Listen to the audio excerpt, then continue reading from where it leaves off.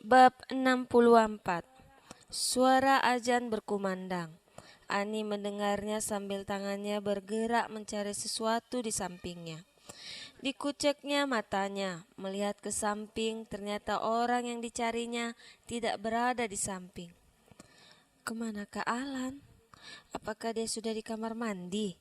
Ucap Ani sambil mengkutip bajunya yang berserakan di bawah. Ani langsung masuk ke kamar mandi. Ia harus mandi junub dulu sebelum melaksanakan sholat subuh.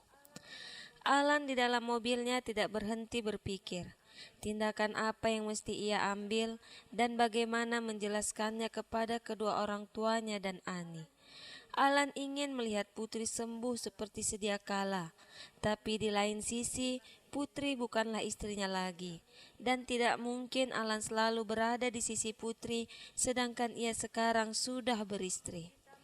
Ditambah lagi papa dan mamanya memang sudah tidak menyukai keluarga mereka dari dulu. Jadi mana mungkin Alan diizinkan untuk menemani Putri di setiap waktunya. Alan berhenti di depan rumah papa dan mamanya. Ia ingin segera menjemput Ani pulang ke rumah mereka. Alan turun mencoba memasang wajah seperti tidak terjadi apa-apa. Karena menurut Alan belum tepat waktunya jika menceritakan kejadian yang dialaminya tadi sepagi ini. Alan, dari mana saja kau? Ucap ayah Alan. Alan tersentak dan kaget. Dilihatnya ke depan, rupanya ayahnya yang sudah bersiap untuk jogging, disusul oleh mamanya di belakang. Alan lagi berjalan menghirup udara segar, Pa, Ma, karena tadi malam kecepatan tidur. Nyonya Mira mendekatin anaknya. Sudah sana, cepetan masuk, mandi biar tambah segar. Tuh Ani tadi nyariin kamu, gak bilang tadi perginya. Tadi gak bilang, Ma, gak tega bangunin Ani. Mah, ntar siap mandi, Alan dan Ani langsung pulang aja ya. Ada meeting di kantor, jadi harus cepat. Iya Alan, kalau gitu Mama dan Papa langsung gerak ya. Ntar keburu terang. Iya Mah. Alan melihat kepergian kedua orang tuanya itu sampai tak terlihat lagi. Aku ingin seperti Papa dan Mama, menua bersama istriku, setia seperti papaku, dan bahagia hingga ajal menjemput. Seru Alan pelan sambil pikirannya berhayal entah kemana. Kak Alan, dari mana aja? Kok mukanya kusut gini? Ani menyentuh wajah Alan, ditatapnya wajah suaminya itu. Ada sesuatu terjadi Ani. Lebih baik aku mandi dulu. Ntar akan kuceritakan nanti di rumah kita. Alan masuk ke kamar, ia akan segera mandi, sedangkan Ani masih terdiam di situ. Begitu banyak pertanyaan yang ada di pikirannya. Dipandangnya ke arah luar, ditatapnya matahari yang mulai terbit. Berharap kehidupan rumah tangganya yang baru seumur jagung ini akan terang seperti matahari. Di dalam hatinya selalu berharap kehidupan rumah tangganya dijauhkan dari masalah masa lalu yang selalu menghantui Ani. Alan keluar dari kamar. Kini wajahnya yang kusut tadi tampak segar. Didatanginya Ani sambil tersenyum manis. Sayang, ayo kita pulang. Tapi kak, papa dan mama belum balik. Tadi kakak ada permisi jumpa di luar. Ayo kita pulang Ani. Alan menggandeng tangan Ani. Ani hanya mengikut saja apa yang diperintahkan Alan. Putri kembali membuka matanya. Kini keadaannya sudah mulai membaik.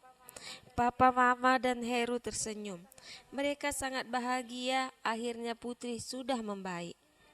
Sinta datang mendekati Putri. Dielusnya rambut anaknya itu dan diciumnya kening anaknya dengan lembut dan penuh kasih sayang. Putri, alhamdulillah akhirnya kamu sadar juga nak. Mama dan Papa sangat khawatir dengan keadaanmu. Nak, apa yang kau lakukan tadi malam sehingga kau bisa begini? Alan, mana ma? Sinta bingung dengan Putri, ditatapnya wajah suaminya itu. Sinta tidak tahu harus menjawab apa. Untuk apa kau tanya lelaki brengsek itu Putri? Dia sudah cukup membuatmu hancur. Aku tidak suka kau menyebut namanya lagi, seru Pak Burhan. Ayah, jangan berkata begitu. Kasihan Kak Putri. Dia baru saja siuman. Ucap Heru yang mulai kesal melihat sikap ayahnya yang pemarah.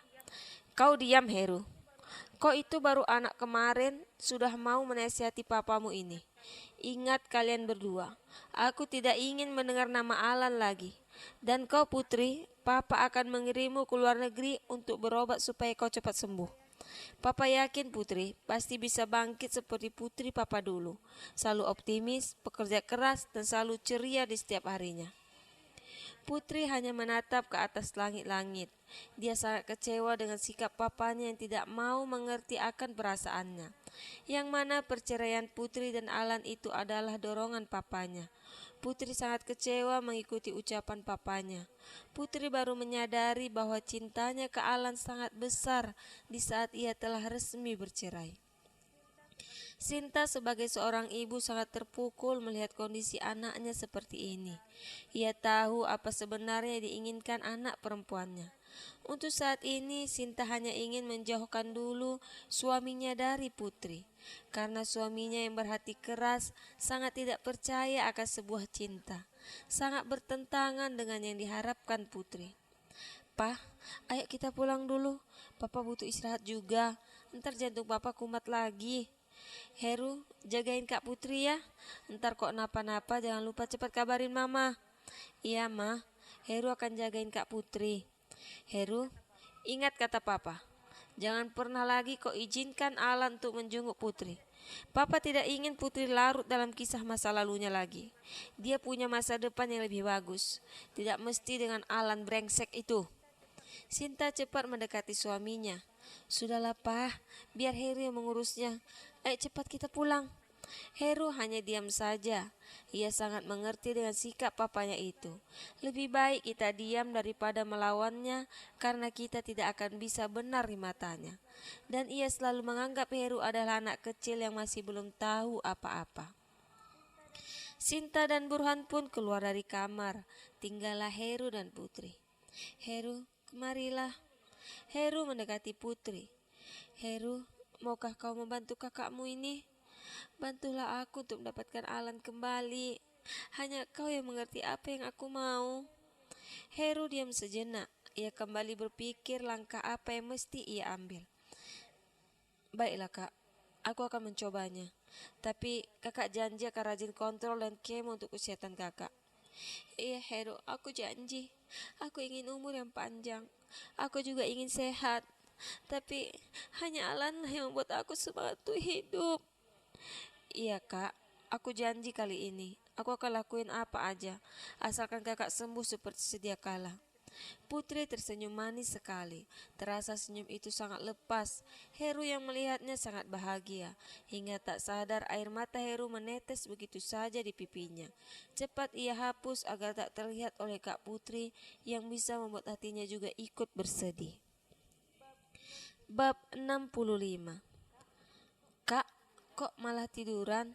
Lihat dah jam setengah 9. Apa nggak pergi ke kantor?" "Kepalaku berat sekali Ani. Mataku tak tertidur dari jam 12 malam sampai detik ini. Tadi sudah kuberitahu Edo, dia yang akan memikir rapat pagi ini." Ani mendekati Alan yang sedang berada di atas kasur. Ia ingin menanyakan hal penting apa yang ingin disampaikannya tadi.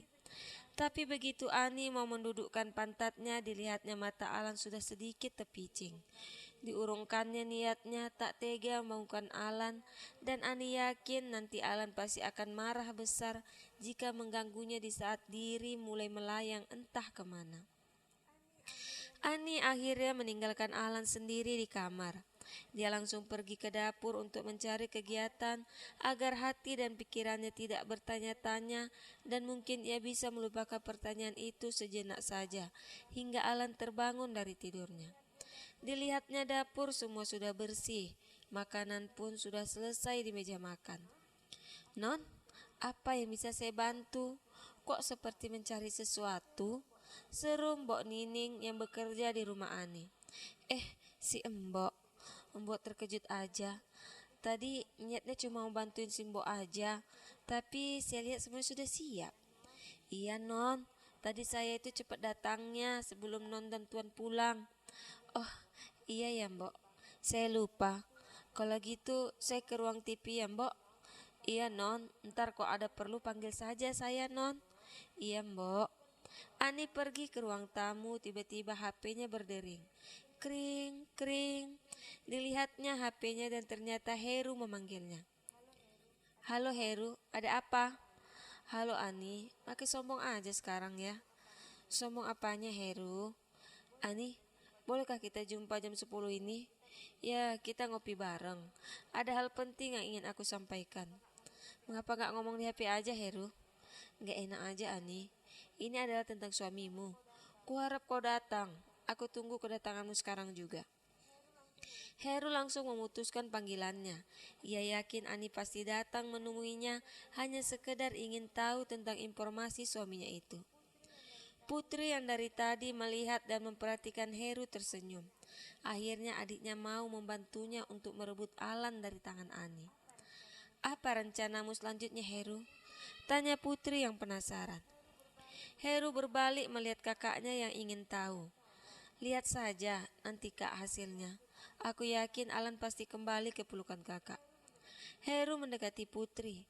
Diciumnya kening kakaknya itu dan pamit pergi, ingin menunggu Ani di kafe yang ia janjikan. Heru, kakak percayakah semuanya padamu? Kakak janji akan berobat sesuai prosedur yang dianjurkan dokter. Kakak yakin kamu pasti bisa. Heru hanya tersenyum manis dan melambaikan tangan ke arah kakaknya. Ia berjalan keluar sedangkan Putri tak berkedip sedikit pun melihat kepergian adiknya itu. Bi, seru Ani memanggil. Saya Non, ada yang bisa dibantu Non?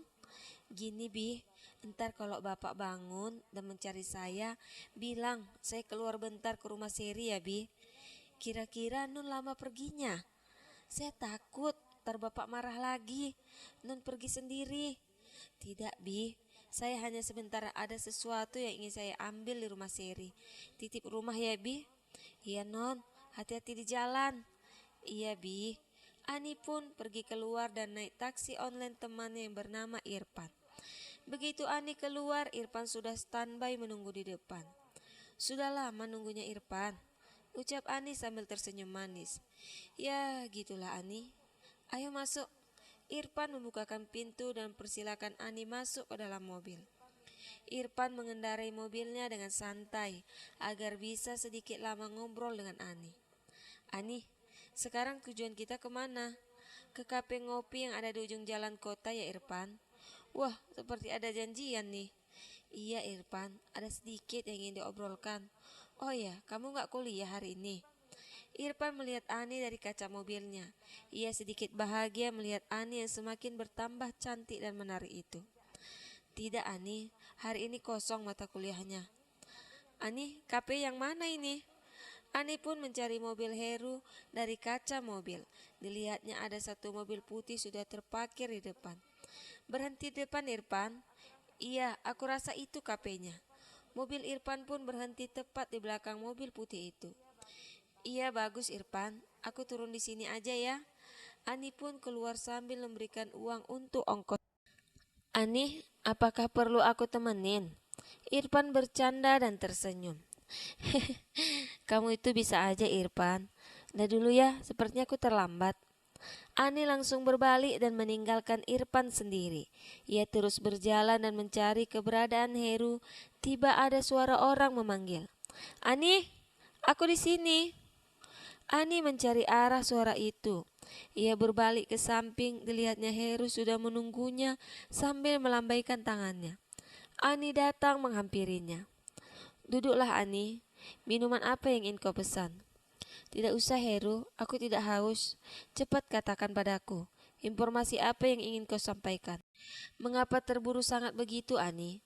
Santailah sejenak, kau butuh hiburan, bersantailah sekejap. Jika tidak ada yang ingin kau sampaikan, lebih baik aku pergi saja.